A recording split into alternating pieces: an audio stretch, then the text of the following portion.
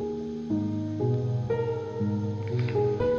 hosts feel it would be a little unkind to present this podcast without just a word of friendly warning. We are about to unfold the story of Frankenstein, a man of science who sought to create a man after his own image without reckoning upon God. It is one of the strangest tales ever told. It deals with the two great mysteries of creation, life and death.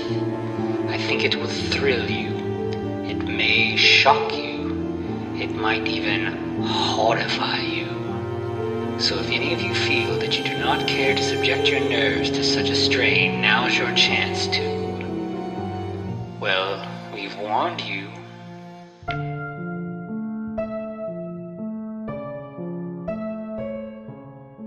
Hello, and welcome once again to the Frankencast. I'm the mad scientist, Anthony Bowman. My pronouns are he, him, and I'm joined as always by... The devil from the Bible, that is Eric Velasquez. My pronouns are also he, him.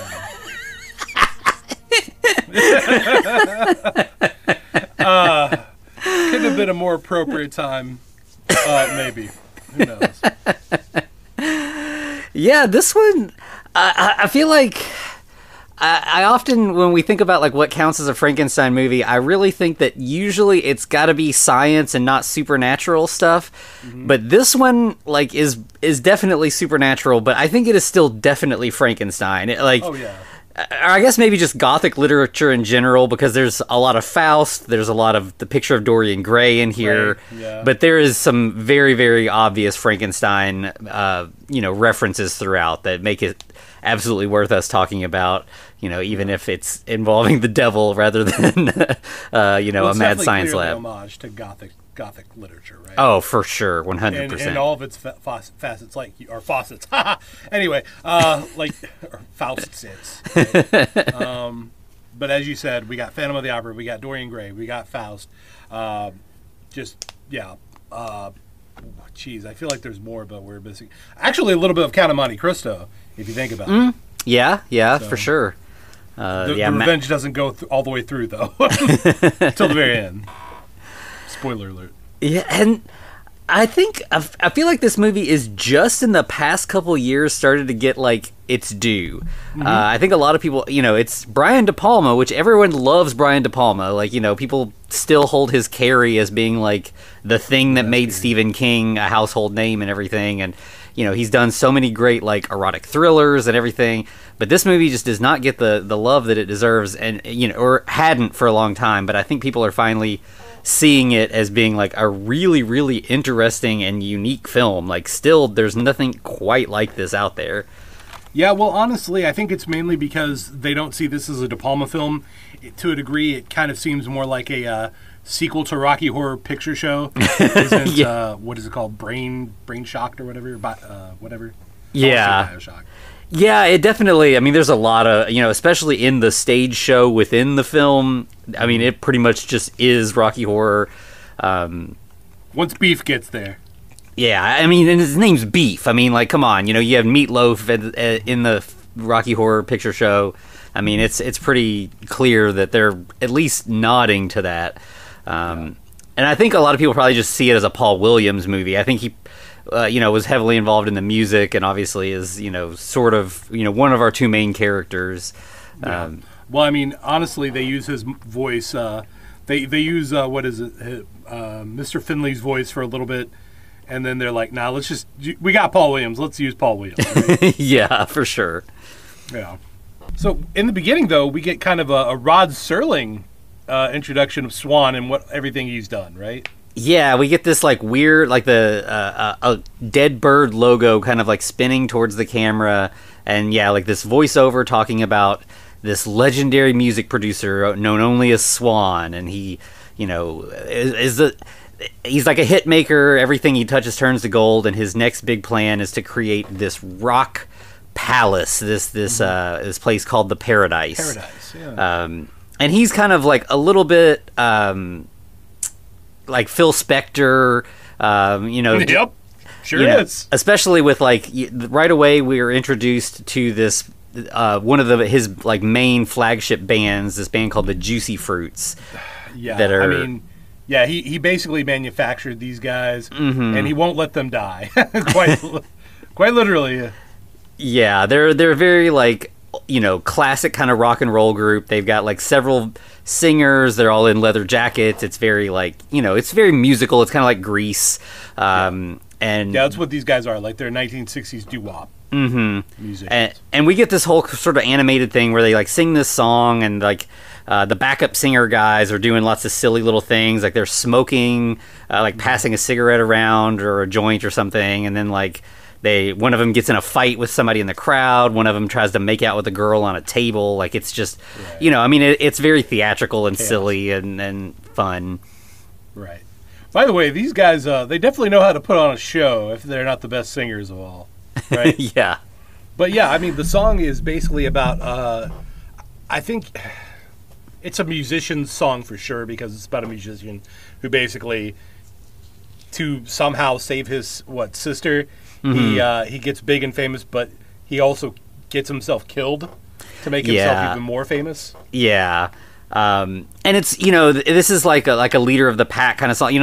Those kind of doo-wop songs where it's like there's sort of like a bridge in the middle where like the singer just starts talking and like tells a little story, and they do all of that in this. But he does so in a racist, honestly racist Latino voice, like it's stereotypical. Yeah, it's very silly. It's very over the top. And then when the band finally finishes, they all just kind of like freeze in their like poses, from the dance or whatever, and it's just dead silent for 2 or 3 seconds, and then we see just some gloved hands up in a balcony slowly applaud, and then the whole crowd just goes crazy. Yeah, it's like the golf clap is like, "Oh, he loved you. You did so good." Yeah, so this is our swan, our mysterious legendary producer, and everybody had to wait to see. He's the tastemaker. If he likes it, then we can like it, but if he doesn't, we don't want to be the ones to applaud. So, and then we see that he's talking to one of his talent scouts. We'll eventually get his name is Philbin. Yeah. I wonder if that's a reference to Regis. Yeah, I mean, it's a pretty uncommon last name. I don't know of any other than him. But I mean, he's like, he's a sketchy crook kind of guy. Like he's, I feel like Regis Philbin has pretty much been like a beloved sort of, entertainer, his whole career. But yeah, this guy's a scumbag. I also feel like Paul Williams is making some statements way early, Like, I feel like he's telling us the lowdown without anyone actually paying attention. Mm-hmm.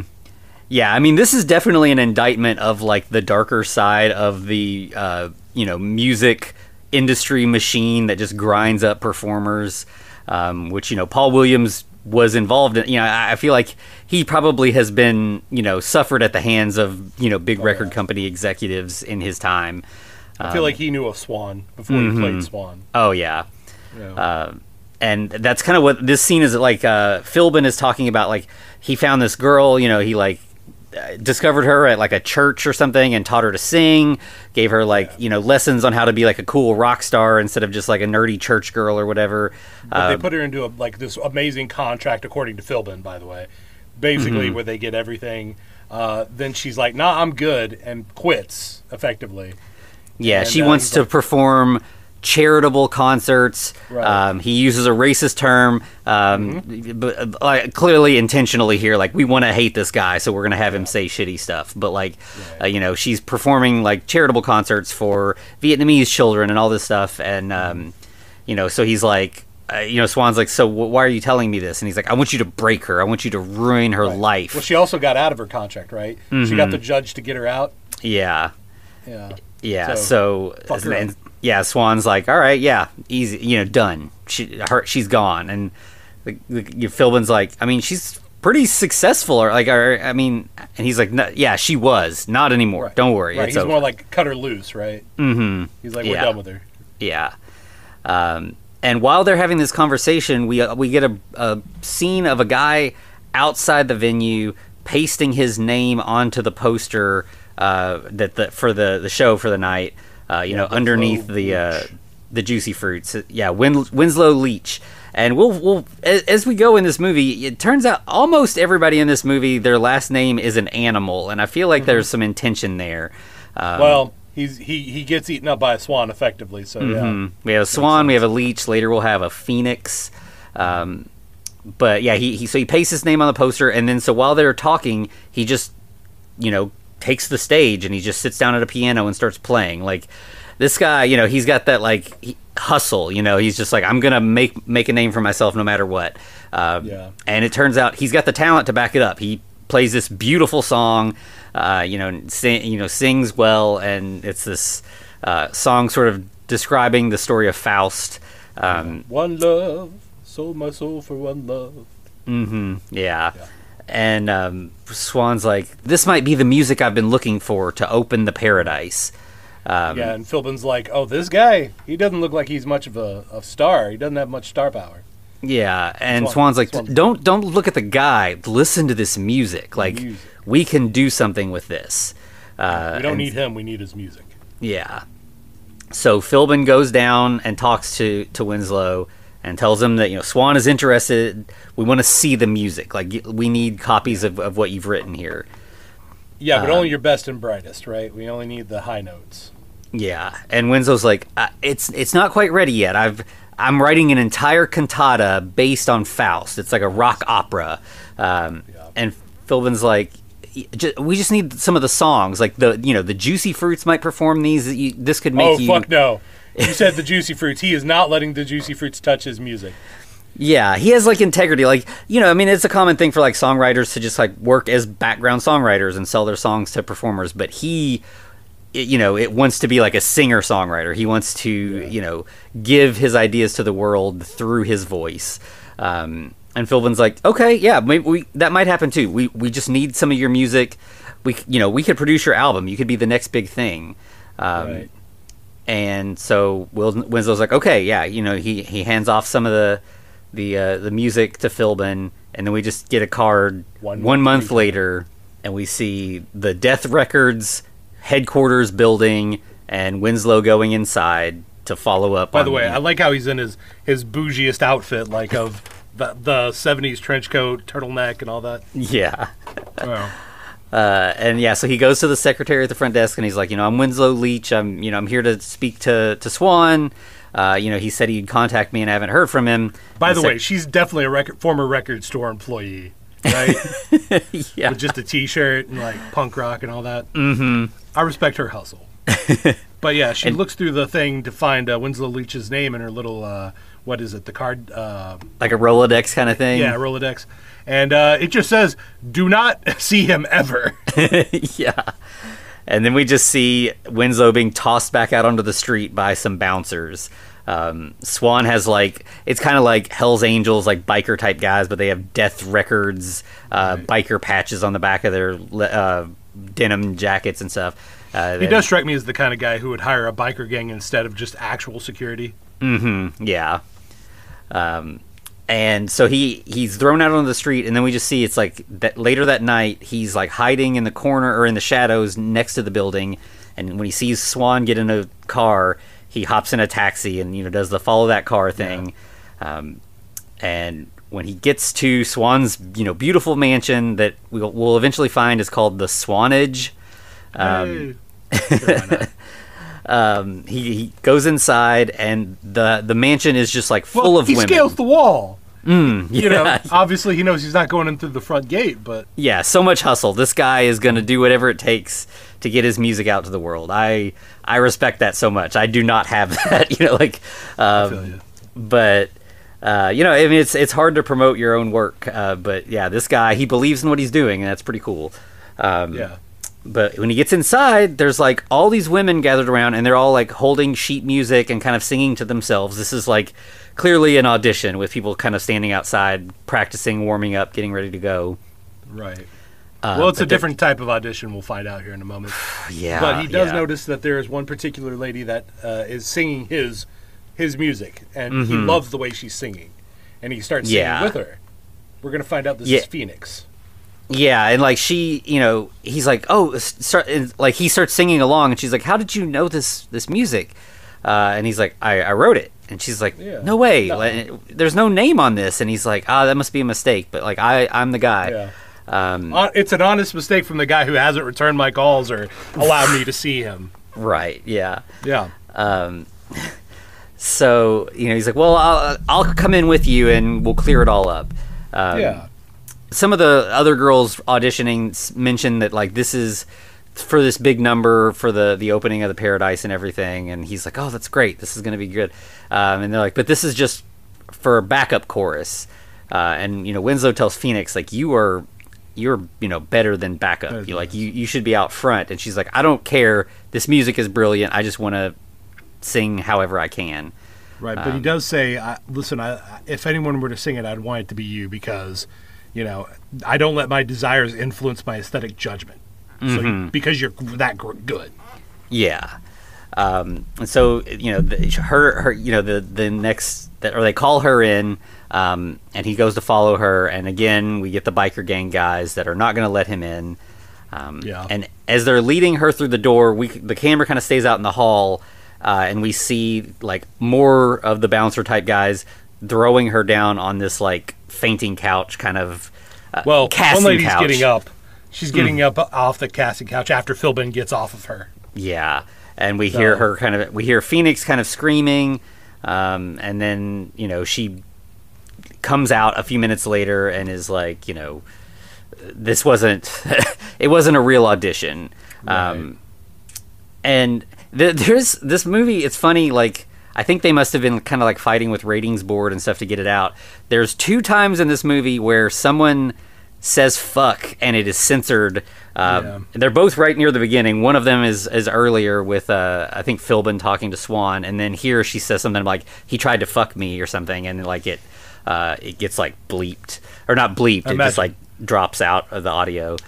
But man, they sure do let one F-bomb fly here in a moment. Yeah, for real. Which really speaks to the time. Like, we can't say fuck twice, but we can say the F slur.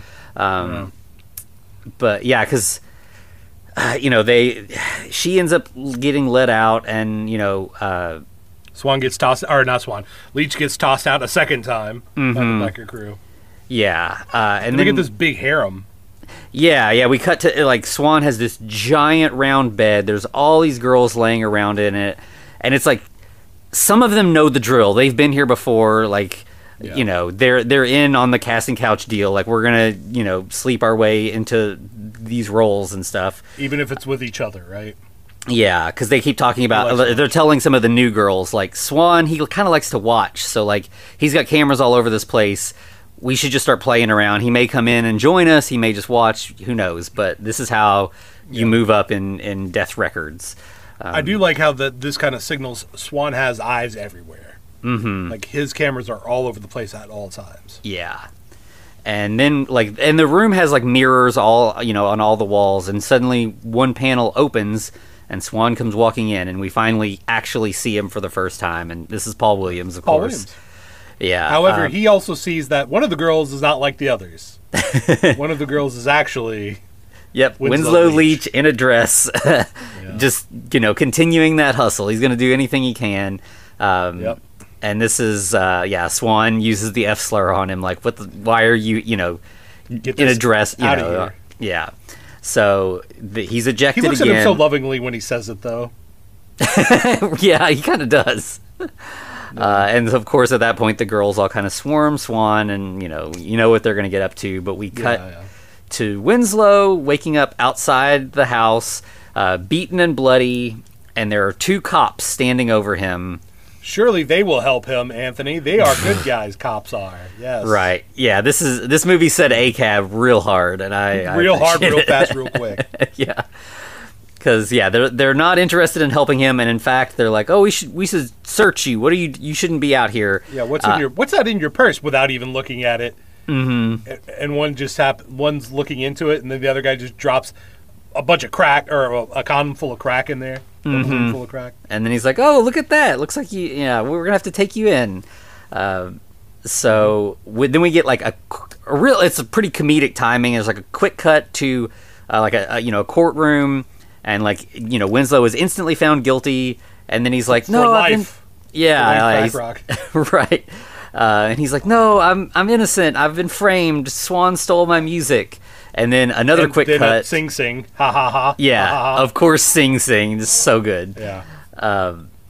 and we're in like the warden's office where he's talking about there's this experimental dental program funded by the Swan Foundation.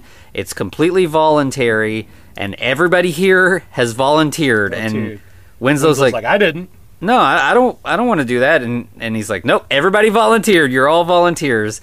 Everyone who was guilty, you automatically volunteered. He's like, but I'm innocent. And everyone else, he's like, who else is innocent? Everyone else raised their hand. Yeah. You know the drill. So beyond like this movie pointing out corrupt cops, it's also the whole prison industrial complex is a mess.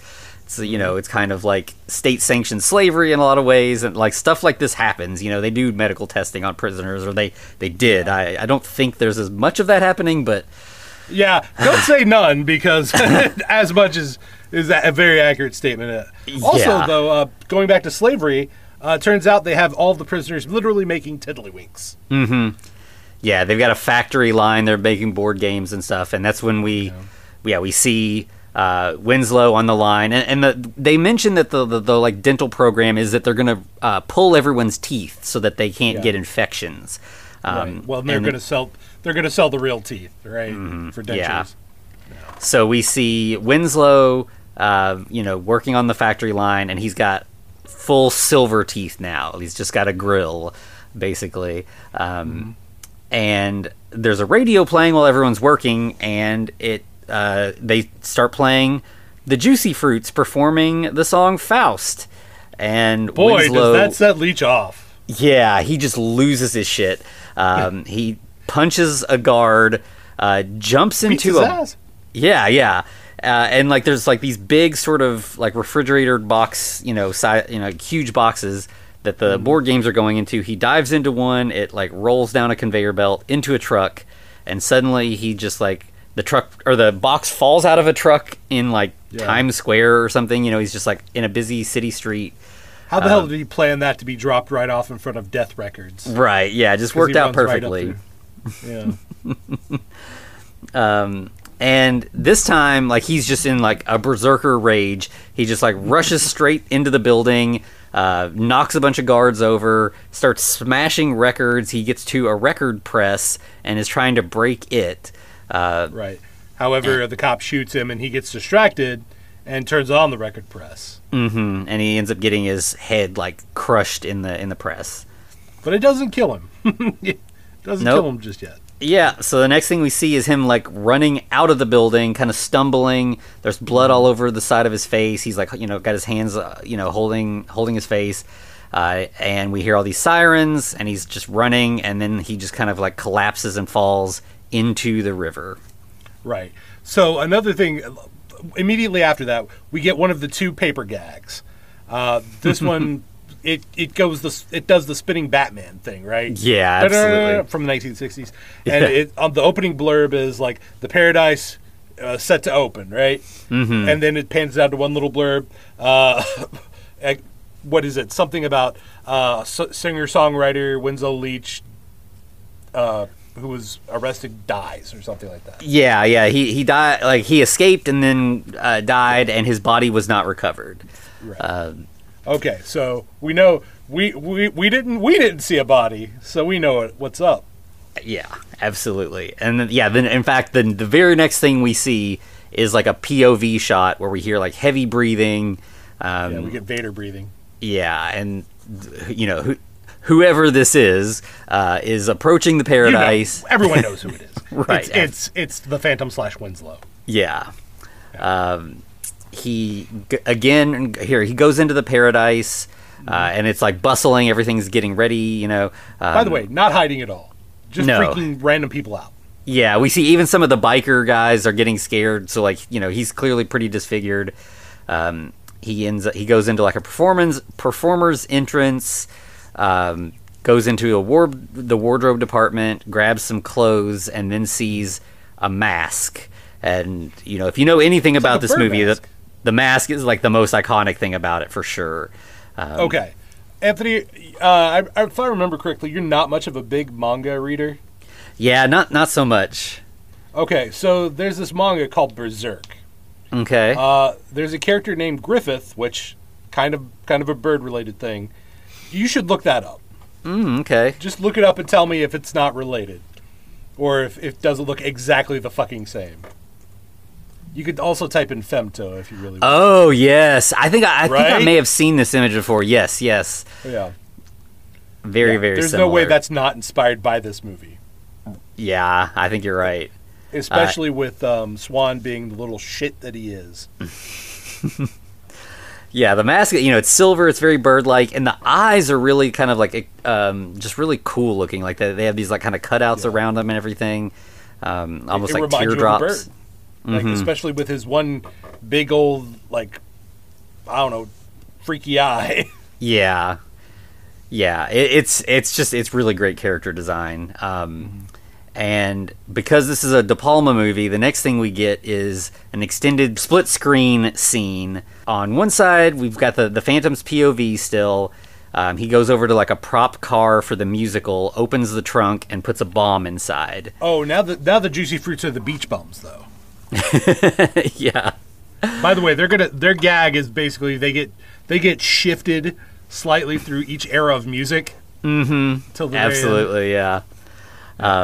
So yeah, we see that happening, and then on the other side, we see them performing on stage. They're doing like a Beach Boys kind of knockoff thing here. They all have like blonde mop top wigs on now. All of a sudden, very obvious wigs. Yeah. But we see, the car is being like rolled around backstage to be pushed out onto the stage as part of this, Beach Boys number. So eventually, the split screens kind of like end up, we're seeing the same thing from two angles as the car gets to where they're performing. Yeah, one from the Phantom / Winslow's and the other one from the audience. Yeah. And then right as they kind of start to line up, we see Swan up in a balcony watching everything, and then we also see the Phantom now kind of like perched up, above a balcony, also he's got watching. The maniac smile on his face right now, like he's excited to see what's about to happen. Yep.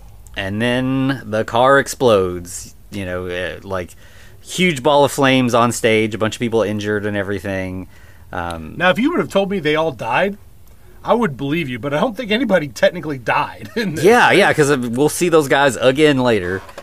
Unless the character died somehow in the, I don't know, the trio of the undead come back and... Yeah, who knows? Yeah. At that point, we basically get Swan tries to leave and gets jumped by Winslow. Mm-hmm. Yeah. And he's like, oh, hey, Winslow, how's it going, buddy? Yeah, he knows who it is right away. But he's like, yeah, he's really nice. He's like, he pulls off Winslow's mask, but we don't see his face. It's like from the back. He's like, ugh. And he's like, oh, what happened to you? You've lost your face and your voice, but I can give you the power to create again. I can make you somebody. I can get a band that can perform your songs. He's like, I know you probably don't believe me after everything that's happened, but just come back tomorrow. We'll audition Trust a band. me. Yeah. It's like he knows that, he's going to betray him. Mm-hmm. Poor Winslow is naive, though. He believes him for some reason, I guess. Yeah.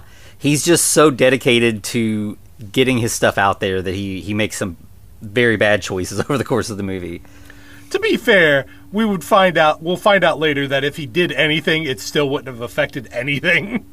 Right, yeah. It would have been a reveal early on. Yeah. Spoilers. So then we cut to the auditions the next day, and we have one girl performing, and we also see Phoenix waiting in line to also perform. Swan's immediately for that one girl. He's like, get her out of here. She's done. Yeah. So then Phoenix comes up to the and sees Philbin there escorting people to the microphone while Swan and Winslow watch from a balcony. When Phoenix sees Philbin, she's pissed and starts kind of like yelling at him like, is this actually an audition this time, or is this more of your... You're just gonna try and bone me again. Yeah. And so she starts to just walk off like, fuck this, I'm not doing this. But Winslow up in the wings kind of like puts his arm on, or his hand on Swan's shoulder, like, I want to hear this girl. Yeah. And so Swan calls down to her and is like, so why are you here? She's like, I just want to sing. And he's like, what would you give to be able to sing? And she's like, anything. Yeah, he just wants her voice, though. Yeah. And she's like, of course. So, she sings, and, I mean, this... they kind of... The other performers that audition, they've got people who aren't actual singers, so that when she comes out, like, she shines, this actress can sing really well, she's dancing, she's talented. And, Swan is like, yeah, she is good to the Phantom, and he nods. So the next thing we see is sort of this weird control center that kind of is like the Phantom's hub. It's like this round room with an organ, piano kind of thing in the middle, and like if you've ever seen like an old style synthesizer with all of the circuit boards and the various ports that you can move cables from one to the other and stuff, it's just like a round room with that on all walls. Kind of like a wall of sound. Yes. Yeah. And he's playing and singing, and his piano playing is still as beautiful as it was at the beginning, but now his voice is really distorted and robotic sounding. Yeah, they have to they gave him like a modulator, and now they're trying to actually get his voice to line up. And for some reason, I don't know why, but it's like they're trying to make his voice sound like Swan's. That would be weird, right? Right, yeah. Yeah, so he has like a box kind of thing attached to his chest that allows him to talk, but it's like, he kind of sounds like a person that has had like a tracheotomy or whatever, and but the thing to their neck, and yeah. But when he's being recorded, Swan can run him through all sorts of different faders and filters and stuff and get his singing voice. Right, he does. Yeah, and that's like you said. Yeah, I mean it's just Paul Williams at this point. After Swan gets him sounding just right, he comes in there and they talk. Or he's like, that doesn't help with your speaking, but it's something. And there's also this girl, and she could be the voice. Like she could be or your voice. Yeah, Swan's like, but for now, you just need to finish the cantata. You just get to work. Right. We're getting really close to the opening of the Paradise. Yeah, stop terrorizing my workers and work on your cantata. Yeah, and I'll get Phoenix on board. I'll recruit her. That we'll take care of it. Right, but before we do that, let's sign a contract. That way, I'm on the level, and you're on the level, right? Right. Yeah. Yeah. And for some reason, he just stabs him with the pen, and blood drips on the contract. That's really weird, right? Yeah. Yep. They both sign in blood, and like there's Winslow kind of flips through the contract, and he asks a couple questions. And every one of them, Swan's like, oh, that's to protect you. And everyone, it's like, yeah. The first one's a transportation clause. I believe it talks about transporting his body, soul, blood, and flesh. So right. I would be like, I'm not signing that. That sounds very sketchy. Yeah. But of course. And the other one, the other one is specifically to protect Winslow. I believe that has something to do with in the event of. In the event of any danger to you, I forget exactly how it reads, but yeah, it's something like anything not included is included, or something like that. Like it's right. He's like, hey, that protects you, buddy. Yeah, and it does. He's not lying about that. That is true. So after that, we cut to Swan in his his secret room. And he's listening to a recording of their conversation when they were signing the contract. Now, one thing they don't really mention, but maybe they kind of do. But so, do you notice that Swan's voice is always weird, just a little off? Like yeah.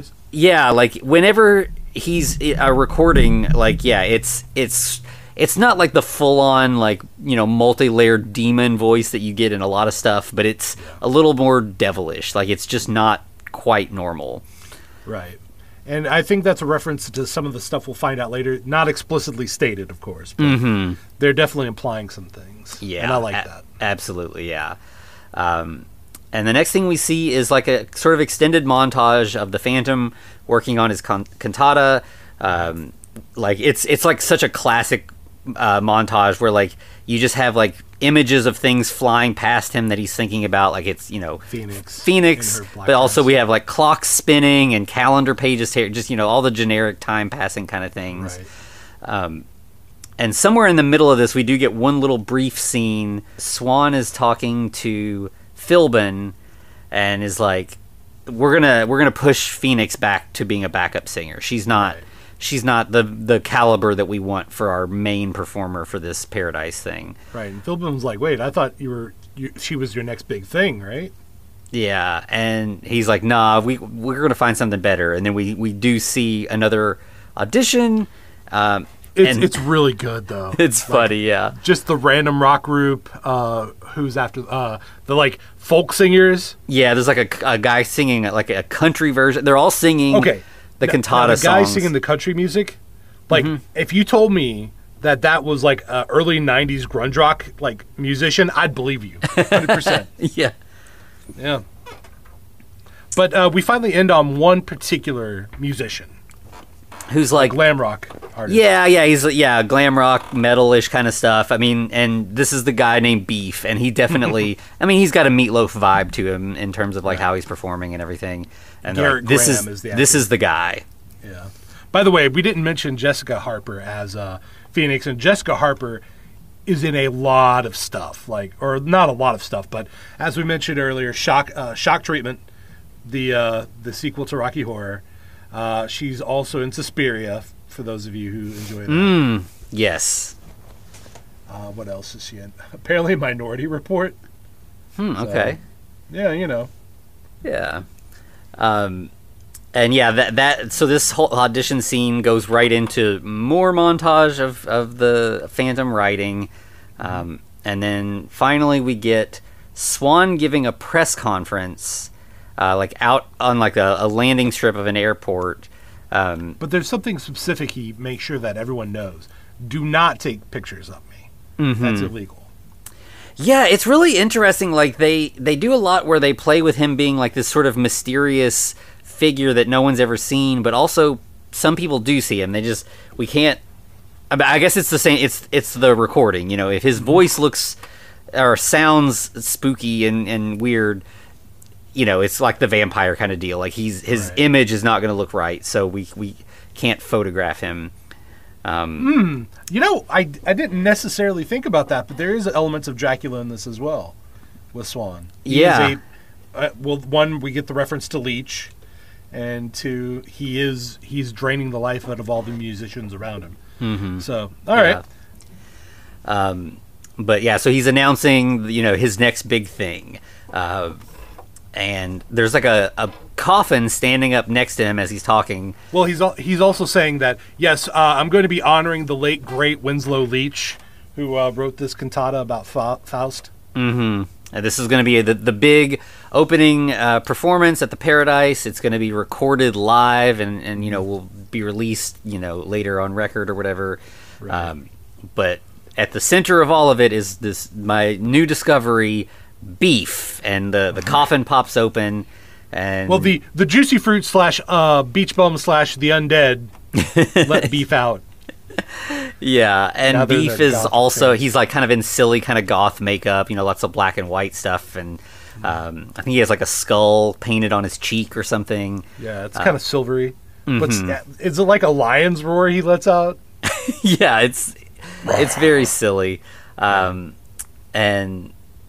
Yeah, so we cut to like a little later, you know, Swan is still in his, you know, his little room, or Winslow is, the Phantom, and Swan comes in and is like, how are things going? And he's like, yeah, I'm making progress, I'm getting there.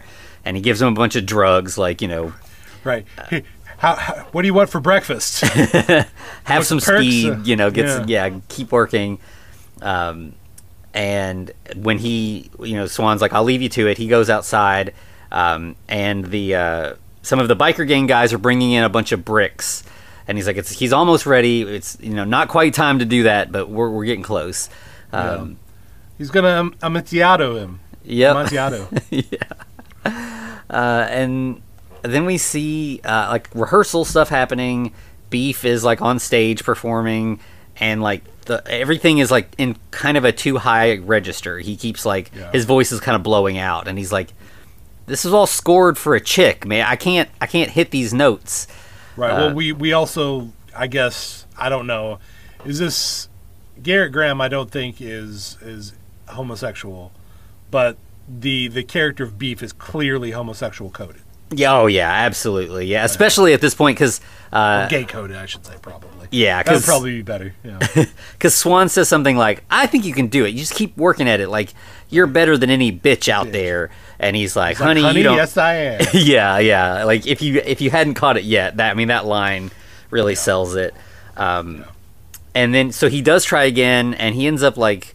He's wearing like wooden platform shoes on a wooden stage, and he ends up slipping and falling, and like the backup dancer girls, including Phoenix, are all kind of giggling at like this ridiculous guy who's doesn't seem to be cut out for this. Yeah, or at least this type of music, right? Or this type of performance. Yeah. And then we get another scene of Swan checking in, and the Phantom is like, "Okay, yes, I'm all finished." The Phantom is asleep. He's fallen asleep. He's passed out from all those drugs. Yeah, he's crashed. But we see the last couple pages with the end at the bottom, and so Swan grabs the stack of music, goes outside, and is like, "All right, guys, brick him up." Right, they're mixing up the concrete right away. Yeah, they're ready to go. Mm-hmm. And so then we just see it's like. It's about time for the performance. There's a lot of hustle and bustle. People are. Beef's doing his makeup. Yeah. Two guys are fucking around outside the room where the Phantom is. Yeah. Up. Yeah. It's just it's just backstage hustle and bustle. And the Phantom wakes up in his room, sees that his stack of sheet music is gone. And he's like, "That's weird." He goes to open the door to see what's going on, and sees bricks. The bricks. He's like, "Oh, this motherfucker." Yeah. So he just like screams in like anger and frustration, and then we just see throughout the paradise everyone hears this scream. Right, Beef's like, "I'm out, peace." Yeah, but he, I don't know if this is innuendo or not, but he has this weird belt that has antlers on it, and he like gets really close to Philbin and he starts poking him in the belly. Yeah, and he's like, "I'm not gonna perform. There's a ghost in this motherfucker." Right. Yeah, and Philbin, he's just like. It's fine. Everything's fine. Tries to calm him down or whatever. And then we cut to upstairs where those two guards were outside of the room, and they're both laying unconscious on the floor now. I'm pretty sure they're dead. We can say they're dead because there's no way that Swan or Leech didn't bust through the bricks and not kill those guys. Yeah, probably so. Yeah, because there's there's broken bricks scattered all around them. He just like. Kool-Aid manned right out of that room. Right. I would have liked to see that though. That would have been amazing. Yeah. It probably looked too ridiculous, and they're like, cut it. It's goofy. Yeah, it could be. But wait a second. Never mind. The rest of this movie doesn't make any sense in that case. Then. Yeah, everything about this movie is kind of ridiculous. It's very over the top. It's very campy. Yeah. Which I think that's another reason why it doesn't necessarily register as a De Palma film, right? Because he's known for his gritty, like dark Scarface movies and things like that, or Carrie. Mm-hmm. Yeah, this definitely has the most humor of anything else he's done. Right. But then we're going to go back to Beef with the actor's Garrett Graham's actual headshot in the mirror while he's doing like just railing coke, mountains of coke. Yeah. And he gets in the shower and is singing songs from the musical as he's like showering. When he's singing, doesn't he sound like Glenn Danzig? Yeah, he kind of does. Yeah. Yeah, I was like, did the Misfits just come out? No, they wouldn't come out for a couple more years, actually. About 5 years, which is surprising. While he's showering, we see the Phantom approaching through the shower curtain, holding a knife up, very psycho. Right, slits the curtain. Yeah, but, it looks like he's going to stab Beef to death, but instead, he pulls out a plunger and jabs Beef in the face and, like, pins him up against the shower wall. It is such a good visual. Yeah. Yeah. And he's like, "Don't ever sing my song again. Only Phoenix is allowed to sing my music. If you sing it again, I'll kill you." Mm-hmm. Yeah. I think that's a very straightforward statement, right? Yeah. Okay. Yeah. It is completely, there's no way to misconstrue this. Nope. And the next thing we see is Beef running out of the building, like, with suitcases and everything, and he bumps into Philbin. And Philbin's like, "What are you doing? Like, the show's about to start." And Beef's like, "Nope, I am out." He's like that. He threatened me. Yeah, the ghost haunting this place. He threatened me. He said he's going to kill me. He says the vibes here, they're bad. So wait a second, vibes have been around forever, guys. He said they're so bad you need an aqualung to breathe. Yeah. Is he a Jeff Rotel fan? And but Philbin's pretty good. He's like, no, you've been doing drugs, right? And he's like, well, yeah, I've been doing drugs, of course. Well, but he has a really good line though. He's like, I know drug real and I know real, and that was real. Yeah. It's like, I understand what you're saying. I feel you. Right? Yeah. Yeah. I mean, if you yeah.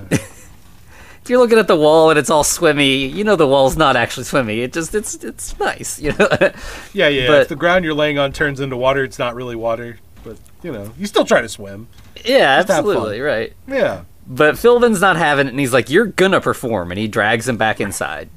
I feel like at this point, Beef should be like, "Nah, man, I'm gonna die or I'm gonna be poor.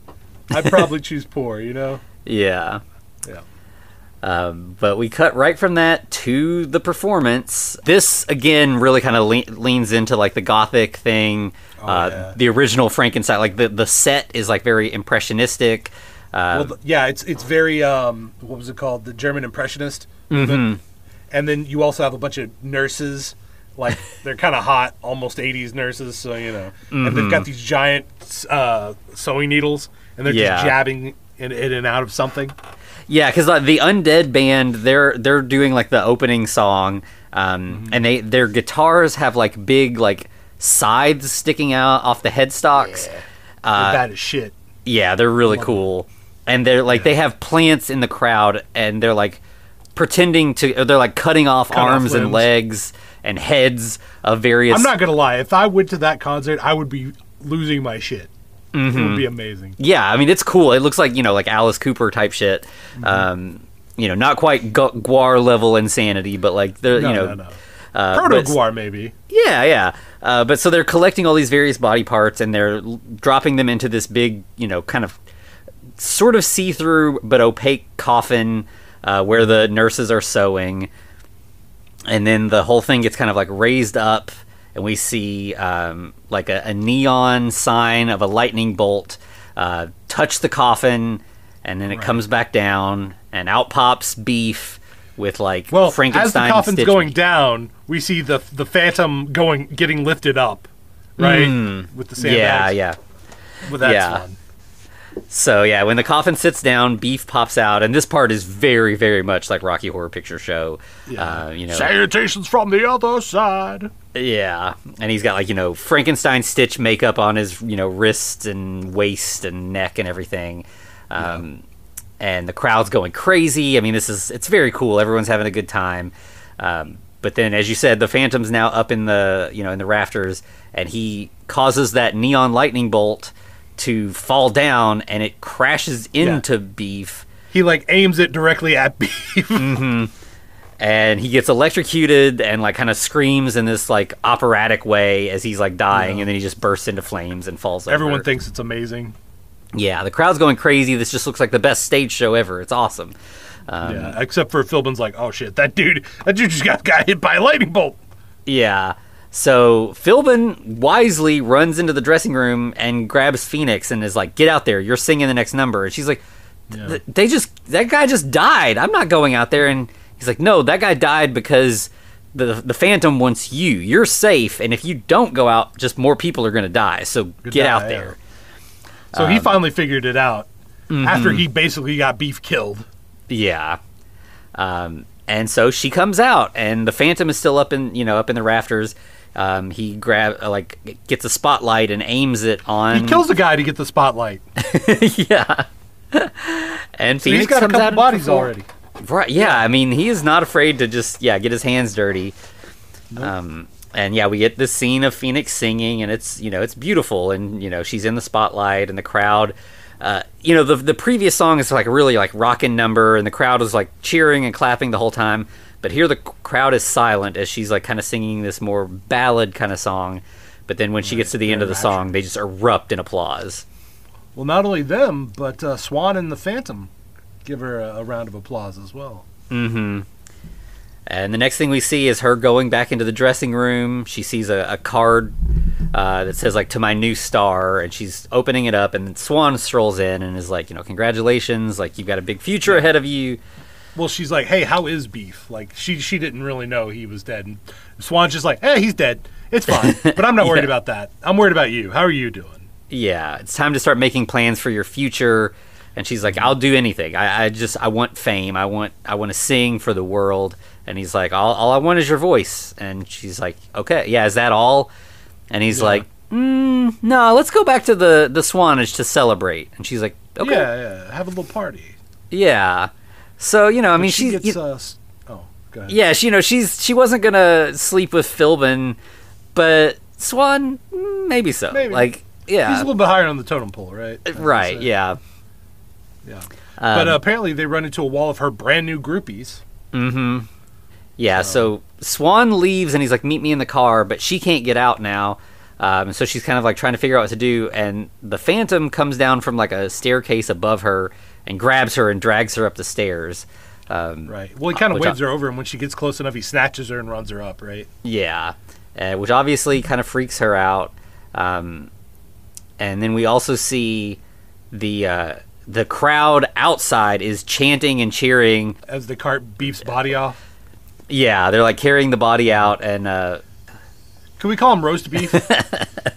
So yeah, as the crowd's chanting, for Beef's corpse, we cut back to the Phantom talking to Phoenix, and he's like, I'm Winslow Leach, like this is what happened to me, and she's like, no, he's dead. Yeah, and he's like, no, I got hurt, but I'm still here. And he's like, you need to get away from Swan. He's going to ruin you just like he ruined me. And she's like, no, this is my chance. Like, I can't lose this. So, she runs away, leaving him behind, and manages to get out to the car with Swan and Philbin. Well, before she gets in, though, like, Philbin and Swan are kind of having a little chat before she gets in the car. And he's like, hey, the Phantom's trying to basically ruin the paradise, man. I don't know what we're going to do about that. Yeah, Philbin thinks it's too late. Like, the paradise is ruined, and Swan's like, nah, I got this under control. Right. He's like, nah, baby, this is just drumming up publicity. We're good. Mm-hmm. Yeah. So when Phoenix gets in, she's like, hey, that freak who killed Beef is up on the roof. And they're like, oh, we'll take care of it. So they leave, and the next thing we see is Swan and Phoenix laying in Swan's giant round bed, making out. And we see that right above them is a skylight, and the Phantom is watching them. The building. Yeah. Yeah. Well, because fucking Swan is a little gross little bitch like he is, he turns on his TV that just so happens to have a camera on the roof. Mm-hmm. So he's watching the Phantom watch them, like, have sex. So yeah, and he's like... When he sees that the Phantom is up there crying, he, like, smiles really big. Like, this is what he wants. That's the only way he can get off now. Anyway. Yeah, it definitely feels that way. Right? But, the Phantom can't take any more of this. Like, he's gone too far, but now it's got to be over, right? So he takes a knife. By the way, trigger warning for self-harm. Mm-hmm. Yeah, there's going to be a couple more instances as we go, too. He stabbed himself. Yeah, stabs himself in the heart, falls over. Seems like this is the end. But then a little later, shitty way to end the movie, though, right? Right. Yeah. So a little later, we see Swan up on the roof. He pulls the knife out of the Phantom's chest, and the Phantom just wakes up. Yep. He's like, "What the? I should be dead." He's like, "No, baby, you signed a contract." Yeah.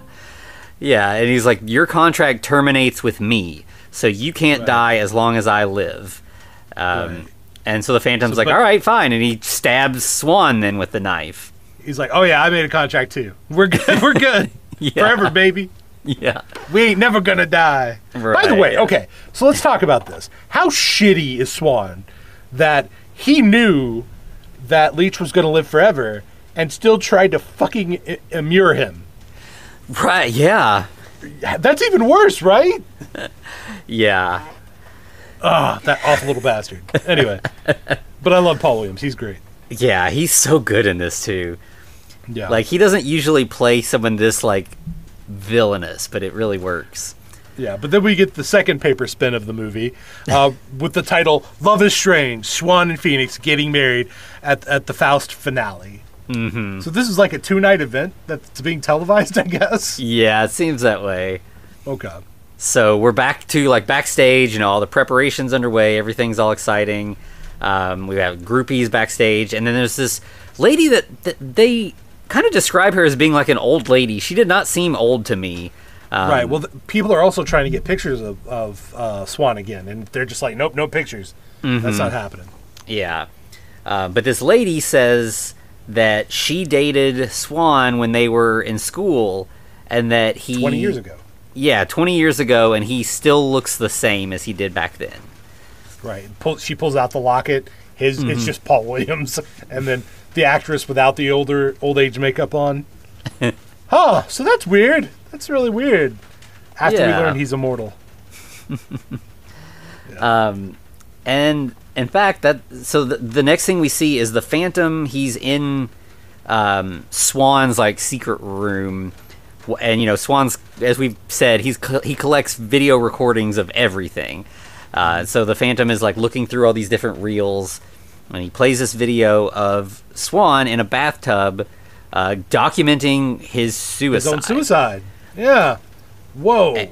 Yeah, and so the whole reason he's wants to end his life is that he is so obsessed with remaining young that the idea this is such a my head up my own ass artist kind of thing, right? Mm-hmm. I hope I die before I get old kind of stuff. Before I even appear old, right? Right. But before he does it, like, you know, the bathtub has a mirror, you know, along one wall, and his reflection starts talking to him. Right. Hold up, buddy. Don't do that just yet. And he's like, "Oh, I'm really stoned." Is what he says. I did the good shit. Yeah, and it's like, no, you know, you called for me. Like, you want to stay young forever? That's what I'm here for. I can help with that. What are you talking about? Yeah. Yeah. So yeah, the deal is, you know, the your mirror image will age in your place, and you'll live, you know, you'll stay young forever. The Dorian Gray stuff, basically, right? Yeah, exactly. Basically, if anyone takes a picture of you, they will see you as the old person you really are. Mm-hmm. Yeah. So now Swan we're seeing his contract that he mentioned earlier. He also signs in blood. Right. He's like, I was going to cut my wrist anyway, so fuck it, right? Yeah. And, you know, of course, we're seeing the Phantom, Winslow, watching this, and he's like, oh, you know, the same thing that happened to me happened to him. Right. Then we see him sign it.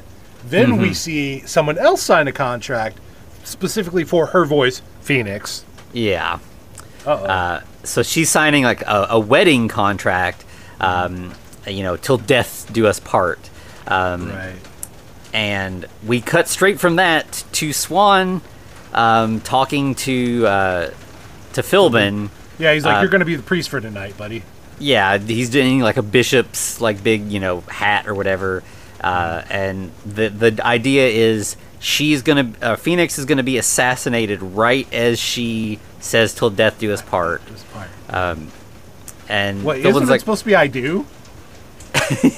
and Philbin's like, "But why are you, like, you're gonna kill her in front of all these people?" And he's like, "Yeah, it's, you know, a murder on live TV. Like, that's gonna get us so much attention." Yeah, it's just awful. Right. But you know, a record exec or somebody has been like, "Yo, we could though." Right. Yeah. I'm not saying we will, but we could. And so, of course, Swan sees it, or the Phantom sees this and is like, "Fuck! Like, I gotta save her. Like, this is all getting ready to happen." I'm burning all the records. Yeah, including the film. By the way, one of the other stipulations was if the film's ever destroyed, that basically removes all immortality from Swan as well. Yeah. So Phantom goes, like, rushing out, is running down hallways. Meanwhile, we see out on stage, the performance has begun. We've got showgirls dancing, crowds going crazy. You know, it's very, you know, exciting, big production number. Yeah, but for some reason, Swan has a silver mask, which is interesting. I guess for the cameras, right? He doesn't want the cameras to pick him up. Yeah, I think so. It's like it's a replica of Paul Williams' His face. It's like kind of like a death mask, you know. And he's rising up out of the stage as shit, we forgot to mention there's a lot of like ladies walking around like in feather bikinis with little raven headdresses. Yeah, more bird stuff for sure. Yeah. And Phoenix comes walking onto the stage as Swan is rising up out of the stage, and the crowd's going crazy. The wedding ceremony starts, and we see the Phantom running down hallways. We also see a sniper putting together a sniper rifle, screwing the barrel together and everything. Right. And then it all kind of comes together at the same time. The sniper's got his gun sticking out through a little hole or whatever. Right. And basically through a window. Yeah. And the Phantom rushes up. He's on the the other side of the wall, so on the gun side, not the sniper side. And he hits the barrel at the right moment. It fires off and gets Philbin. Yeah, hits Philbin instead of Phoenix. The Phantom grabs some sort of rope up in the rafters, swings down, and he pulls off Swan's mask, revealing his face. Swan, that's Freddy Krueger. Yeah. Right? Yeah, as soon as the cameras see his face, he instantly, it's just it looks exactly like Freddy Krueger. It's all burnt and scarred and everything. And of course, there's just been a gunshot, and now we've got this disfigured guy on stage, and the Phantom swinging in. The crowd's panicking, stampede of people trying to escape. Yeah, but doesn't he scream at Phoenix? He's like, "I want your voice," and it looks like he's trying to kiss her. So, is he trying to suck her voice out? Yeah, because he's kind of got his hands around her throat and everything, and she's screaming. She's like, "What? Your face? What's happened?" Pulling an Ursula. Yeah, and then the Phantom grabs her and starts to pull her away, and she's like, "Winslow, I don't understand what's happening." Yeah, he just shanks Swan with a raven mask. Yeah. Swan stabs him back in return. No. His wound opens up. Oh, right. That was the deal. That if Swan gets hurt, I die, your wound opens up. You bleed out, buddy. Right. So as Swan is as Swan gets stabbed and is falling, the crowd picks him up and kind of crowd surfs him away. And then Winslow is crawling across the floor. His mask's gotten pulled off in the commotion as well. But it's like he's chasing Phoenix, right? She's backing away from him. But also, there's this weird guy with a mustache who's cheering Winslow on. The end of this, there's so much going on. It's very chaotic. Yeah. But as he gets close to her, she finally is like, Winslow. It feels like as Swan dies, some kind of spell breaks, and she is sort of free again to be herself, and she's is sad to see Winslow dying, and she kind of falls to her knees next to him. And the crowd all thinks this is part of the show, and they're going crazy. Right. Everyone's cheering, and that's how the movie ends, is just her laying there, or kneeling there next to Winslow dead. That's not exactly how it ends, because it also pans out to a dead bird on fire, or Dead Bird Records and it's on fire. Right, yeah. But then we also get to go through the whole cast that passed away. Yeah. It's one of those things. The classic thing where the credits show clips from the movie. So it's, and everybody's names are in lights as we're showing the different cast members, including the band wacky. As the Juicy Fruits and the Beach Bums and the Undeads. Yeah, it's really good. Yeah. Jessica Harper, Garrett Graham, of course. Yeah. And of course, it finishes off with Paul Williams, as it should. As it should. As most things should, honestly. Right. But yeah, so that was don't get me wrong, it's an hour and a half movie, and we covered it in basically a little under an hour, about an hour. But that's because there's a lot of musical numbers, and they're all pretty good. Yeah, it's a breezy, fun movie. I'm glad some people are starting to give it attention. If you haven't seen it, you should definitely check it out. I think it definitely has some touchstones of what you think of as De Palma. De Palma's always a little campy, and the split screen is a very, very De Palma thing. But it's more of a comedy. It's still dark, but it has a much more comedic tone than anything else he's done, and obviously, for sure.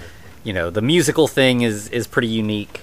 But yeah, it's just a really weird sort of send up of gothic stuff, and I guess systemic corruption in general, whether record companies, prison, it's or music industry. It's really great. Like it's just really doing a lot of cool stuff in a way that is fun and doesn't feel really heavy-handed and everything. And we didn't plan it this way, but it kind of feels appropriate to do this movie about the corrupt music industry right after Steve Albini just died like a week ago when we're recording this, and he spent his whole career fighting music industry corruption. So I feel like this movie definitely speaks to his whole life mission. So that's kind of neat. Definitely. It seems like Philbin specifically says this. Nobody listens to the lyrics, right? Yeah. Mm-hmm. Yeah, they just want a good beat, right? It's like the Hey Ya song and Bigfoot Littlefoot by Childish Gambino / Don Glover. Mm-hmm. Yeah. So, yeah. Yeah, there's definitely, and the music industry now is so much more broken than it was even when this movie was made, with just streaming and all of that. It's just a disaster. But it's not hard to find all kinds of stories about how the music industry has messed things up. That's why we've ended up with the Taylor's version of all of her albums and all of that. Right. There's just artists really have to fight to get any kind of recognition, any kind of payment for what they're doing. Most of them only get their payment from merch, which is fucked. Not even their own music. Yeah, absolutely. So, And movie still as scumbag that tried to steamroll over Kesha. Dr. Luke, I think's his name. Mm-hmm. Yeah, that's the one. Yeah, so her Rainbows album has a bunch of songs about her dealing with that. There's just, there's no shortage of these kind of stories back then and still today. It's an unfortunately still very relevant film, but also very fun. It's not. It has a lot of messages in it, but it's not like a message movie. It's just it's a great. It's not great preachy film. about the message. Absolutely, yeah.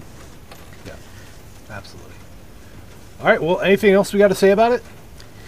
I think that's it. So, Anthony, let me ask you this: was there a plan here? Because last week we started with a bride, right? And then this week there is a marriage in the thing. But so it's kind of we had the wedding. This is kind of the honeymoon, I guess, to a degree, right? Or paradise. Mm-hmm. So maybe it's kind of like an alternate to Dante's Inferno. Instead of doing the Inferno first, we do Paradiso. Okay, because next week, how about we go where the devil roams? Yeah. So that was a long way to get there, by the way. That was a hell of a bit. This is another one that it's right on the line of whether or not you want to count this as a Frankenstein movie, but it's a recent movie that came out last year that I really enjoyed, and I kept thinking about should we do this or not, and I was just let's do it. I think there's enough in there, and it's just a fun, weird movie. Where the Devil Roams, it's from the Addams Family, the people who did Hellbender a couple years ago, this actual family making movies, and they're just doing really cool stuff. So I was really excited that there's something sort of in our wheelhouse that we could talk about. So by Addams Family, you don't mean Wednesday Gomez and Morticia and Pugsley, right? It's John and Zelda Addams. Yeah, John and Zelda, and the Toby Poser is the mother / wife of the family, and they're just doing really cool low budget stuff, I'm excited to get to talk about something that they did. All right, where can they find us, Anthony? So you can find us on all the socials at The Frankencast. You can email us at thefrankencast@gmail.com. You can also find us over on YouTube, and you can find us at patreon.com/thefrankencast. We're always doing new things. We're about finished with the Munsters. I feel like we keep saying that, but we're getting close to that. There. We've been talking about Frankenstein news, talking about some plays. We're just doing all kinds of different stuff, so we'd love to have you over there to see our more off the beaten path stuff. Absolutely. To be continued. Looks like you survived another episode. The Frankencast is a production of FCR Media. It's hosted by Anthony Bowman and Eric Velasquez. Follow us on Twitter at The Frankencast, or send us a letter at thefrankencast@gmail.com. Our cover art is by Amanda Keller. You can find her at Keller Illustrations on Instagram. Our theme music is by Vivek Abhishek. Thanks for listening.